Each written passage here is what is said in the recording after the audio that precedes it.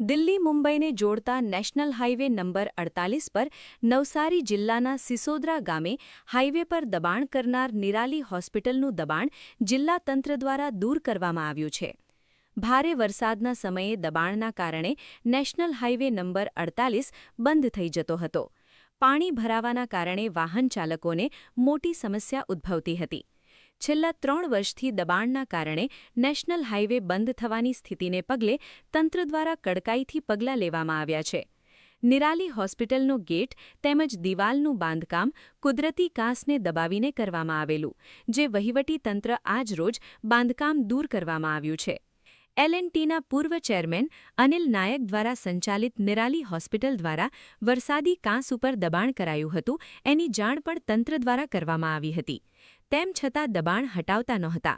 National highway પર વગદાર લોકો દ્વારા દબાણ કરવામાં આવ્યું હતું, જેને તોડી પાડતા નેશનલ હાઇવે પર દબાણ કરનાર ઇસમો સામે પગલાં લેવાની નવસારી જિલ્લા કલેક્ટરે શરૂઆત કરી છે, જેને લઈને ફફડાટ વ્યાપ્યો છે। નવસારી જિલ્લા કલેક્ટર મનીષ ગુરુવાની, પ્રાંત અધિકારી જનમ ઠાકુર, પોલીસ બંદોબસ્ત અને સિંચાઈ ખાતું અને એજન્સીઓને સાથે રાખીને દબાણ દૂર કરવામાં આવ્યા। હોસ્પિટલના કેમ્પસમાં આવેલા મંદિર પણ દબાણ હેઠળ આવતું હોય, જે પણ દૂર કરવાનું હતું। ત્યારે વ્યવસ્થાની સાથે સાથે આસ્થાનો પણ એક ઉત્તમ ઉદાહરણ પ્રાંત અધિકારી શ્રી જનમ ઠાકુર દ્વારા જોવા મળ્યું હતું। મંદિરમાં સ્થાપિત કરવામાં આવેલી ભગવાનોની મૂર્તિઓનું આસ્થાભેર પૂજન કરી સ્થળાંતર કરવામાં આવ્યું હતું। આજ રોજ અહીંયા નેશનલ હાઈવે 48 પર નિરાલી મેમોરિયલ ટ્રસ્ટ સંચાલિત હોસ્પિટલ છે।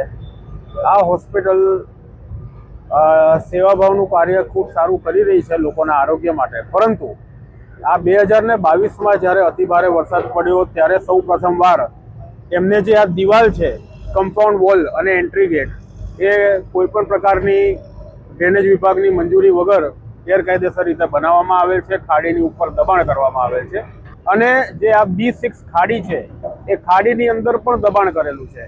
એટલે ઘણા વખતથી કહેવા છતાં કોઈ કાર્યવાહી નહીં થવાને કારણે લોકોને ખૂબ હાલાકી ભોગવવી પડતી હતી અને હમણાં જે તાજેતરમાં પૂર આવ્યું એમાં પણ આ હાઈવે જામ રહ્યો હતો। એટલે માનનીય કલેક્ટરશ્રીની સૂચના અનુસાર ગયા અઠવાડિયે મિટિંગ કરવામાં આવી।